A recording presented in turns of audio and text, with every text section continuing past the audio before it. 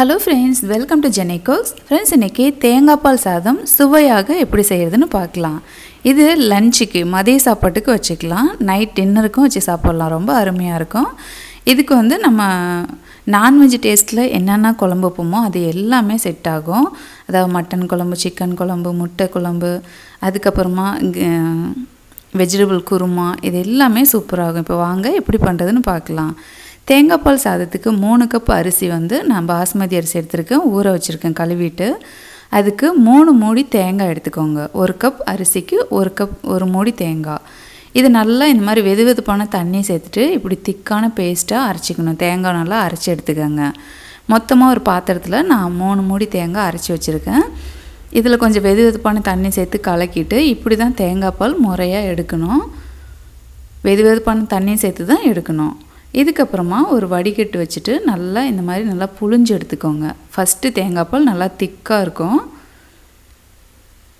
இந்த மாதிரி அந்த சக்கையெல்லாம் புழிஞ்சிட்டு அப்படியே எடுத்துக்கோங்க. சக்கை தூக்கி போட்டுறாதீங்க. அடுத்தது வந்து 2வது தேங்காய் பால் இதில் நம்ம எடுக்கணும்.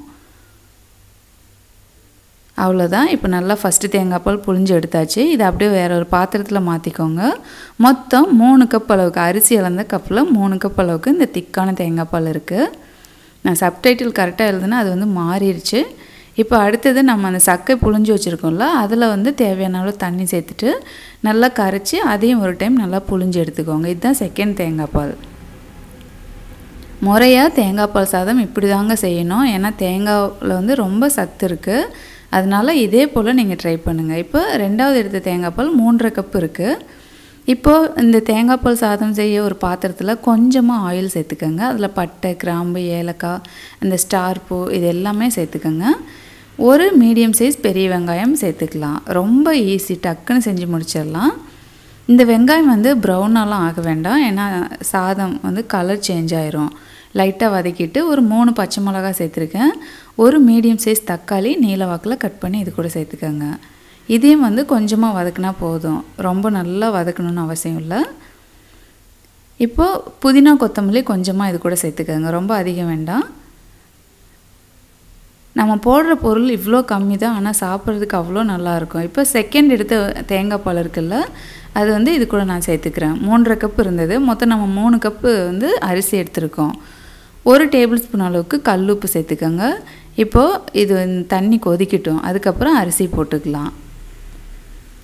1 கப் அரிசிக்கு 2 கப் தண்ணி. ஒரு அரை கப் அதிகமாக இருக்கும், ஒன்றும் பிரச்சனை இல்லை. கொஞ்சம் அதிகமாக சேர்த்தோம்னா நல்லாயிருக்கும் தேங்காய் பால் சாதம். ஒரு கொதி வந்தோடனே பாஸ்மதி அரிசியை தண்ணி வடிகட்டிட்டு அரிசி மட்டும் இது கூட சேர்த்துக்கோங்க.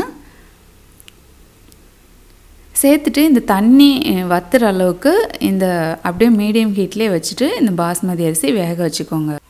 இப்போ ஒரு 10 நிமிஷத்துலேயே பார்த்திங்கன்னா அந்த தண்ணியெலாம் வற்றி சாப்பாடு வந்து ஒரு 75% வந்து வெந்திருக்கும். பாருங்கள், இந்த மாதிரி தண்ணியெலாம் ட்ரை ஆனதுக்கப்புறமா இதுக்கப்புறமா தான் நம்ம தேங்காய் பால், அந்த திக்கான ஃபஸ்ட் எடுத்த தேங்காய் பால் சேர்க்கணும். அப்போ தான் இதோட முழுமையான சத்து அப்படியே கிடைக்கும். டேஸ்ட்டும் சூப்பராக இருக்கும். தேங்காய் பால் நம்ம சேர்த்துட்டோம். லைட்டாக இந்த மாதிரி கிளறி கொடுத்துட்டு நான் செஞ்ச இந்த தேங்காய் பால் செஞ்ச பாத்திரம் வந்து கொஞ்சம் லேஸாக இருக்குது. அதனால் நான் தோசைக்கல்லை வச்சு நான் வேக வைக்க போகிறேன். உங்களது அடிக்கனமாக இருந்ததுன்னா அப்படியே டைரெக்டாக அடுப்பில் வச்சு சிம் பண்ணி வேக வச்சுக்கோங்க. இப்போ ஒரு மூடி போட்டுட்டு தோசைக்கல் அந்த பக்கம் சூடு பண்ணி வச்சுருக்கேன். அது மேலே வச்சுட்டு ஒரு 10 நிமிஷத்துலேருந்து 1/4 மணி நேரத்துக்குள்ளே நமக்கு வெந்து வந்துடும். நீங்கள் டைரெக்டாக அடுப்பில் வைக்கிற மாதிரி இருந்தால் சிம் பண்ணி வச்சுக்கோங்க. ஒரு 10 நிமிஷத்தில் சூப்பராக நமக்கு தேங்காய் பால் சாதம் ரெடி ஆயிரும். 10 நிமிஷத்துக்கு அப்புறமா நான் இப்போ ஓப்பன் பண்ணி காட்டுறேன். பாருங்கள் எவ்வளோ சூப்பராக நமக்கு தயாராகிருக்குன்னு. தேங்காய் பால் சாதம் சூப்பராக தயாராகிடுச்சு. இதுக்கு வந்து நீங்கள் சிக்கன் கிரேவி, முட்டை கிரேவி அல்லது நீங்கள் இந்த குருமா மாதிரி வைக்கிறது குழம்பு இது எல்லாமே நல்லா மேட்ச் ஆகும். மெயினாக வந்து நான்வெஜ் குழம்பு தான் சூப்பராக இருக்கும். அதுவும் சிக்கன் குழம்பு ரொம்ப ரொம்ப சூப்பராக இருக்கும். இதே போல் ட்ரை பண்ணுங்கள், என்ஜாய் பண்ணுங்கள். வீடியோ பிடிச்சிருந்தா ஃப்ரெண்ட்ஸ் அண்ட் ஃபேமிலி கூட ஷேர் பண்ணுங்கள். குக்கரில் இந்த தேங்காய் பால் சாதம் வைக்காதீங்க. முறையாக இந்த மாதிரி தான் வைக்கணும். அப்போ தான் வந்து இந்த தேங்காய் பாலில் உள்ள சத்து வந்து நமக்கு முழுமையாக கிடைக்கும்.